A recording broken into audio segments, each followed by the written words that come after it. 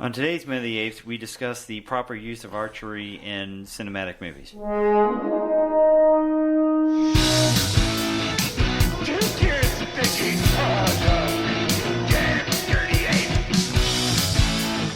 Exercise with an ape maker, human down. Then talks. Living is of the divine bound. We are determined to know what the apes want. War or peace?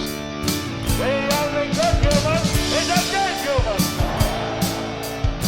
And if it is man's destiny one day to be dominated, then, oh, please, God, let him be dominated by such as you.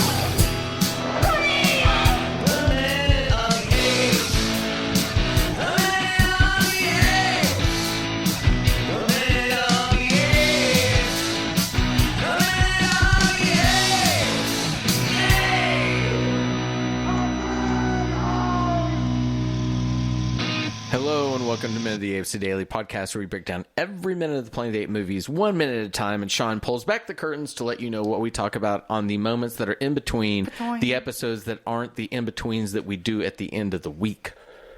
Man, I got that all out in one breath. In-betweens?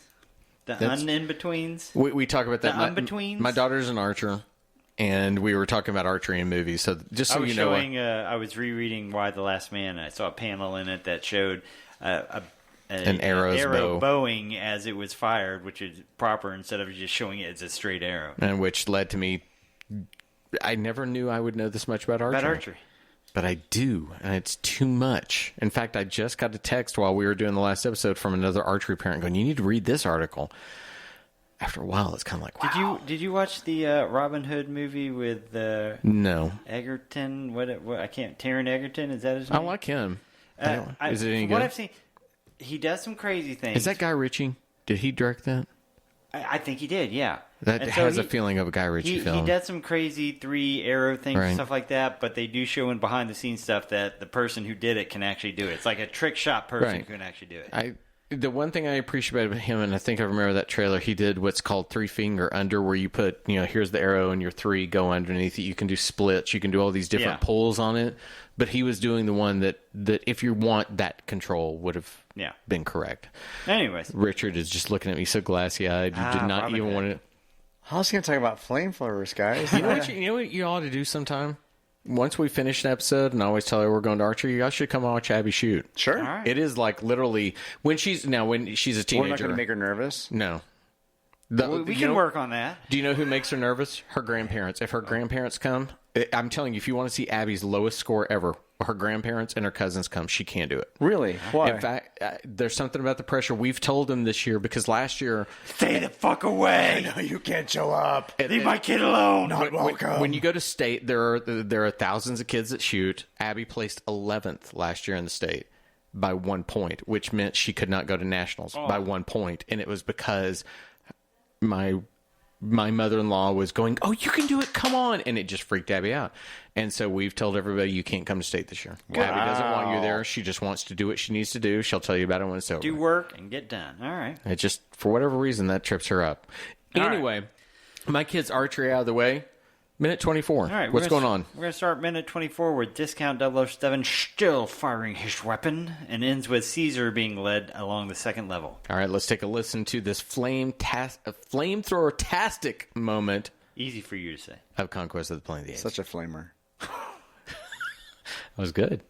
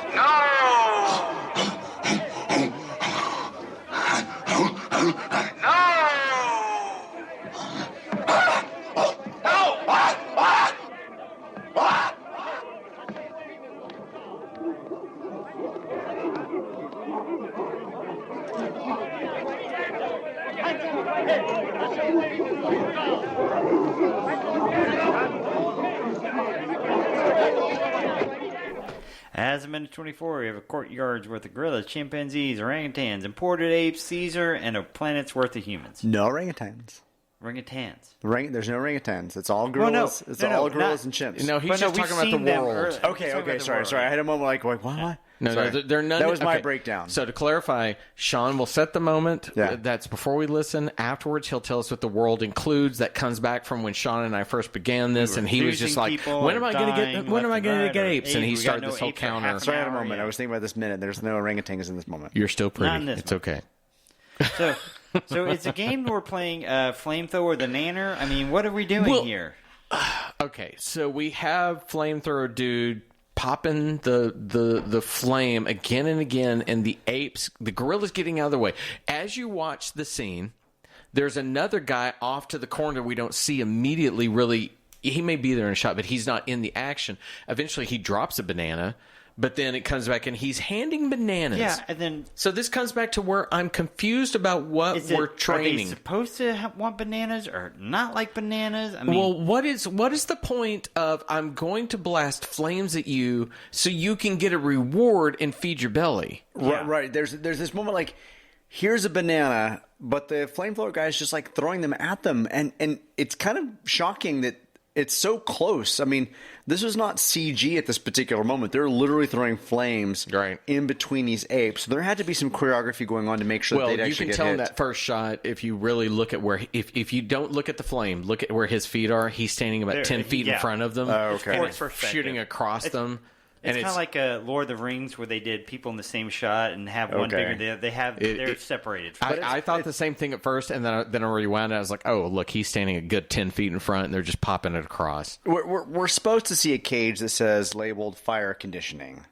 Well, yeah, no. Well, which would fire conditioning, because that happens in every home. But they were talking about that earlier in the movie in the with moment the with the cafe, or whatever. Exactly, right. So we don't know exactly. The ape should be doing something with over fire as opposed to being shot at with fire. And shouldn't that flame be created in a skillet or a pan or something like here instead of being shot at them? Right, exactly. To a plate, they're supposed to grab a glass of water next to it, and flame shoots up, and not be surprised. And when they get past the flame, they get the banana. Yeah. And if they did that, that's the sequence. But somebody just wanted to have a flamethrower out there. Now, here's where I think this scene could work as it is. If they...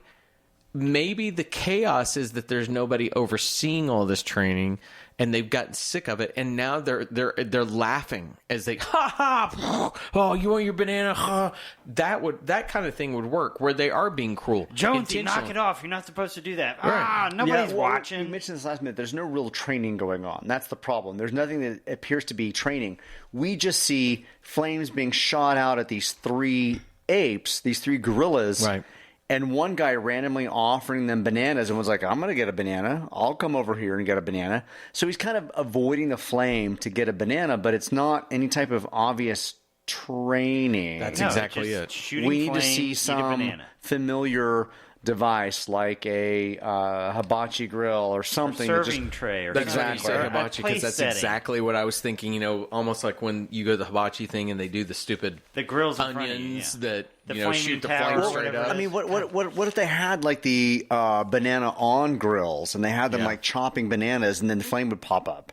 But they had to chop the banana again, like just something a little more... Anything like that. So, again, jumping ahead to films you've not seen, but the new ones, there are at least sequences in the first film where you have to act a certain way to get a treat. Is kind of the way it's thrown out. It's so much more purposeful that it makes entirely... It's proper training. It's a proper moment of you understand they're doing this to get that. Get a reward. Now you also see the psychotic, the psychosis kind of going on in the apes. That's built the resentment, those kind of things. You get that, but there's a throughput. I will say that in Dane's script, he mentions the areas should be labeled. He mentions that fire conditioning area should be labeled and noise conditioning area should be labeled. But even he, in his orchestration of the T's of what is actually happening, is still kind of lost in terms of the training that should be happening. Okay, it's not really there. So we get 20 seconds into it, and all of a sudden we see a ape being kind of pulled off of a table, right, by more handlers, and there's some type of device and a chain behind them. It's like a weird, like, medical bed, but it's just laminate. I mean, he's not on an actual bed. So right away, one of the big I don't want to say it's a mistake. It's not fair to say mistake, but one of the big choices here, did we notice that the gorilla that we see on there is wearing slippers? He's wearing regular shoes. He does not have 8 feet. He didn't have 8 feet on There it. are no 8 feet. Now, all I can think was, okay, those costumes from the previous films. They had feet. They had ape shoes made up for feet or whatever. And you're doing something like this. So let's think about Cornelius's feet from Escape when he's just putting his feet up and watching TV.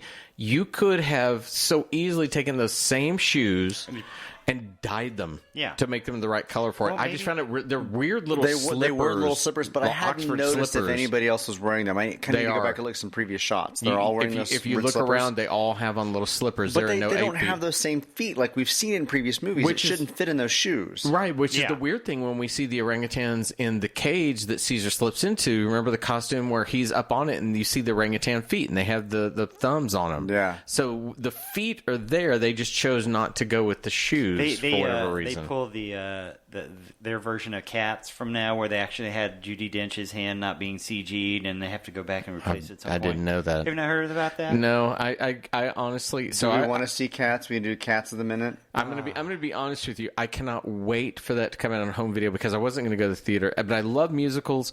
I want to see that so badly because I want to know, is it really the Colossal Trainwreck, or is there a little bit of people are being kind of unfair to it? So the question is, do we watch it high?